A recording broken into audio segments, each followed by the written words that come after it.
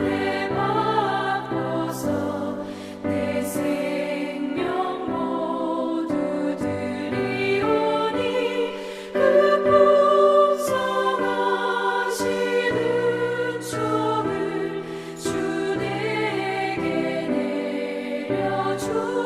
내려주소서. 내 임금 예수 내 주여 내 허물은 덮으시고 주 십자가에 흘리신 그 피를 믿는 마음 모사 내 선한 죄를 사하여 참 평안한 맘 주소서.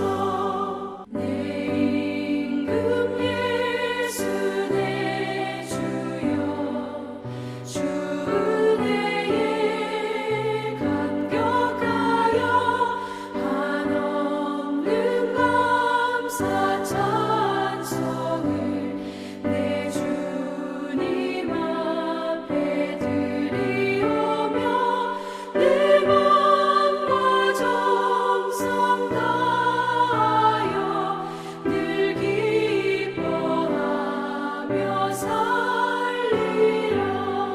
내 임금 예수 내 주여 이 마음과 이 천한 몸 그 몸의 피로 값주고 주 친히 사신 것이오니 나의 제사가 죽으나 주 뜻만 따라 살리라.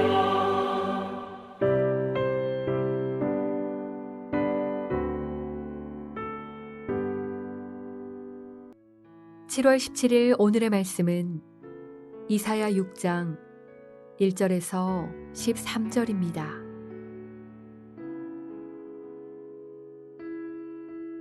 우시야 왕이 죽던 해에 내가 본즉 주께서 높이 들린 보좌에 앉으셨는데 그의 옷자락은 성전에 가득하였고 스랍들이 모시고 섰는데 각기 6날개가 있어 그 둘로는 자기 얼굴을 가리었고 그 둘로는 자기의 발을 가리었고 그 둘로는 날며 서로 불러 이르되 거룩하다 거룩하다 거룩하다 만군의 여호와여 그의 영광이 온 땅에 충만하도다 하더라.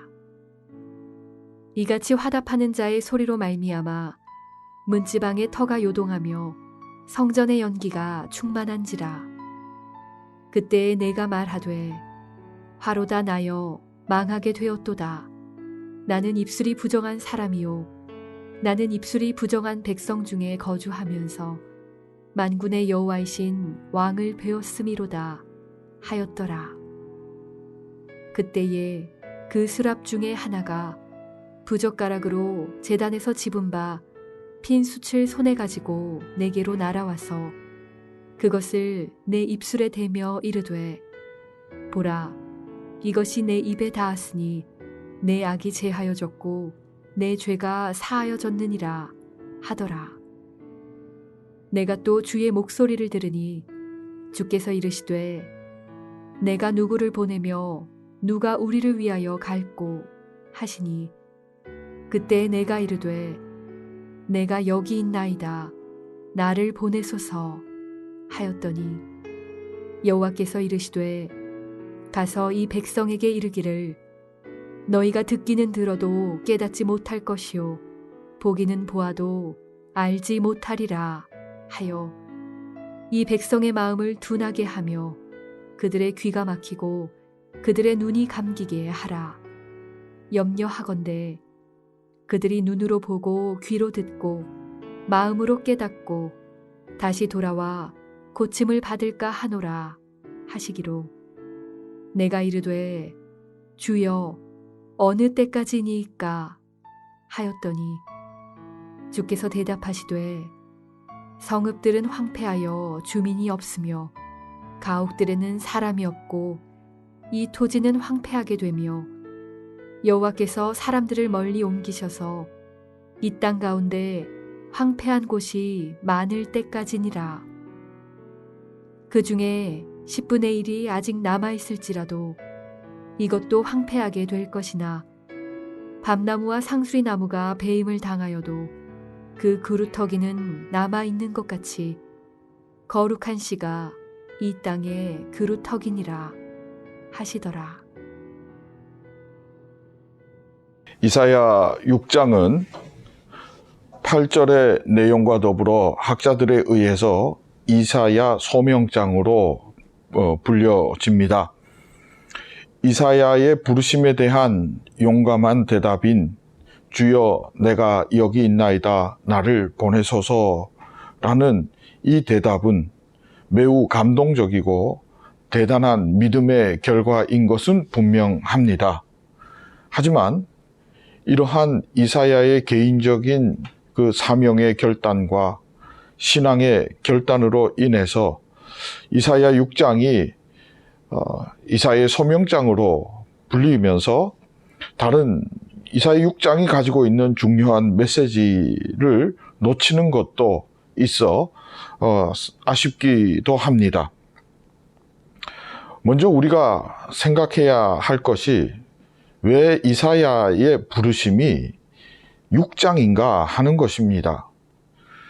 처음에 이사야를 좀 소개하고 그리고 나서 이사야서를 읽게 하는 것이 훨씬 더 도움되지 않을까 하는 생각을 떨칠 수가 없습니다. 이사야의 선포를 보면 그 앞서 1장부터 5장까지 그 상황은 굉장히 암울하고 답이 없는 그러한 상황입니다. 이스라엘과 유다, 과연 이들이 회복될 수 있을까? 고침받을 수 있을까? 이들의 삶이 뒤집어질 수 있을까? 나아가서 하나님의 분노가 그치는 그 해답이 있기나 할까 하는 그러한 마음까지 듭니다. 이제 이 이사야의 부르심이 6장에 있는 것은 이러한 상황 가운데에 하나님께서 이사야를 불렀다는 것을 나타내기 위함입니다. 뿐만 아니라 6장 1절의 본문에는 첫 마디가 우시야 왕이 죽던 해입니다. 우시야는 하나님 앞에서 정직하게 행한 왕이라는 평가를 받는 그러한 사람이었습니다.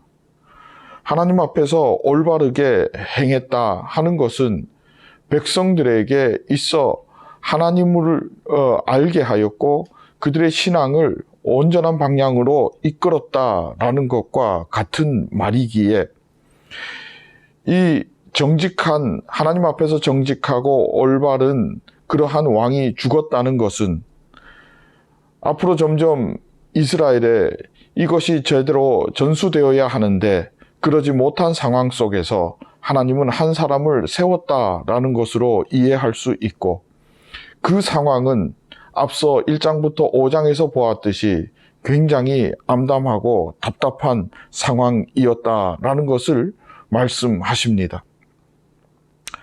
이러한 상황 속에서도 하나님께서 이사야를 세우셨다는 것은 그 백성을 놓치지 않고 끝까지 붙드시겠다는 하나님의 의지 표명입니다.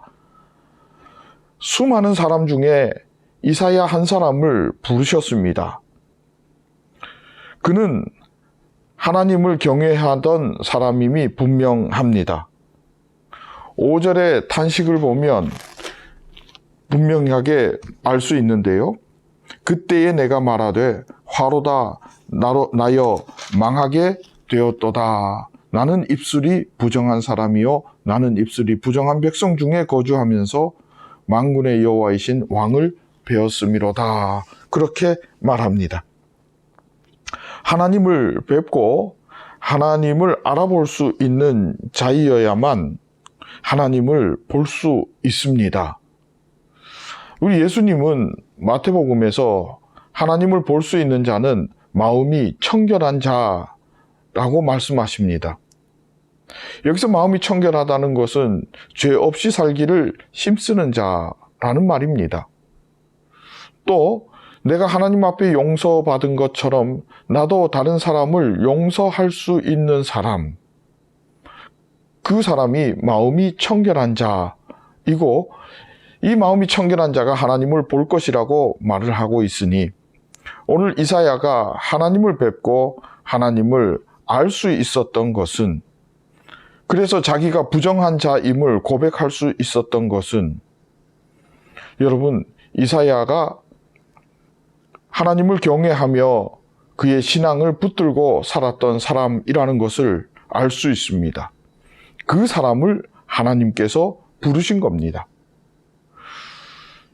이런 사람이 이사야 시대에 우시야가 있었으나 우시야가 죽고 더 이상 보이지 않기 시작하는 그때에 이러한 믿음의 사람을 하나님께서는 부르셨습니다. 그 이사야를 하나님은 정결케 하셨고 그에게 말씀 사역과 선포의 사명을 허락하십니다. 그런데 그 말씀 선포의 방향이 좀 그렇습니다. 원래 예언자의 말씀 선포는 어떠해야 합니까? 죄에서 돌아오기를 선포하는 것이 아니겠습니까? 죄를 지적하기도 합니다. 화를 말하기도 합니다. 근데 결국에 그 내용은 다시 하나님께로 돌아와야 한다는 것을 말씀하시는 겁니다. 이스라엘 백성들이 잘 믿고 하나님을 성실하게 따르고 있을 때에는 여러분, 예언자가 왜 필요하겠습니까? 필요 없지 않겠습니까? 시대가 어두우니 선지자를 부르셨고 말씀을 맡기셨습니다. 그래서 그로 하여금 빛이 되게 하셨고 죄 가운데 있는 백성들을 돌아오게 해야 할 텐데, 오늘 10절의 말씀은 이와 정반대의 내용을 말씀하고 있습니다. 이 백성의 마음을 둔하게 하며 그들의 귀가 막히고 그들의 눈이 감기게 하라. 염려하건대 그들이 눈으로 보고 귀로 듣고 마음으로 깨닫고 다시 돌아와 고침을 받을까 하노라. 오히려 예언자의 사명이 그들의 마음을 어둡게 하고 귀를 닫아서 하나님을 발견하지 못하게, 하나님의 그 말씀을 듣지 못하게 하는 것이라고 그렇게 말씀하십니다. 왜 이렇게 말씀하셨을까?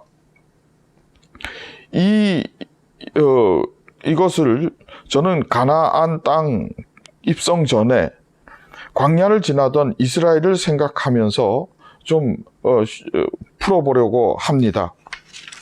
애굽에서 종살이 하던 이스라엘은 하나님의 기적과 같은 역사를 통해 이집트를 탈출하고 광야로까지 나아왔습니다. 10가지 재앙과 그리고 홍해의 사건은 어마어마한 사건이었습니다. 기적이자 표시가 되는 표적이 되기도 했습니다.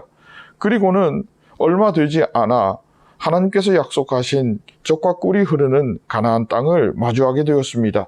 그들도 확인했습니다. 젖과 꿀이 흐른다는 사실을.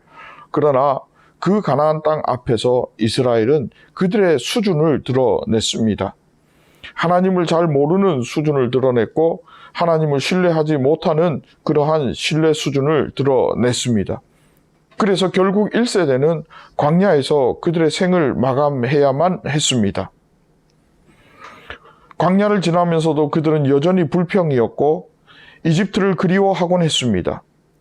그들은 여전히 하나님의 구름기둥과 불기둥을 보면서 두려워했었고 결국에는 우상까지 세우는 우를 범하게 됩니다. 이런 이스라엘이 고침을 받기는 쉽지 않았습니다. 그래서 그들은 가나안을 받지 못했습니다. 이것이 지금 이사야 시대의 이스라엘 백성과 다를 것이 무엇이 있겠습니까? 그러기에 하나님께서는 이사야에게 아무리 선포해도 그들이 알아듣지 못할 것이라는 것을 말씀하고 계시는 겁니다. 그러면서 오히려 하나님께서 알아듣지 못하게끔 선포하라고 말씀하십니다. 그래야 이 모든 것들이 하나님께서 이루어 가시는 그러한 역사가 되기 때문에 그러합니다.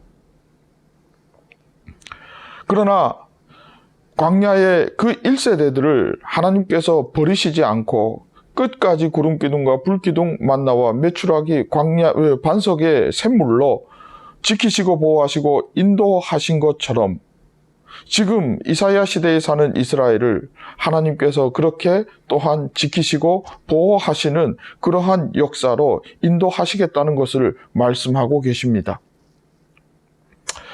안타깝게도 그들은 거기까지였습니다. 그리고 하나님은 그 광야 1세대 중 가나안을 위한 2세대를 준비하고 계셨습니다. 마치 이 시대 13절의 말씀처럼 말입니다.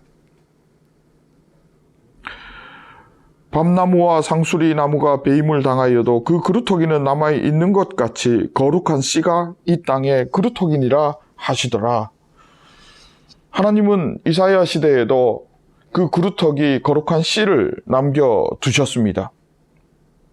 하나님은 오늘 이사야의 이 본문을 통해 이사야를 부르시는 것뿐만이 아니라 하나님께서 그 전 역사를 놓치지 않고 모두 다 이끌고 계시며 이스라엘의 반역까지도 이스라엘의 배반까지도 하나님의 큰 그림 안에서 필요한 것으로 하나님께서는 바꾸어 놓으시고 그 하나님의 목적을 향해 역사하시고 인도하고 계시고 이끌고 나가고 계신다는 것을 보여주시기 원하셨습니다.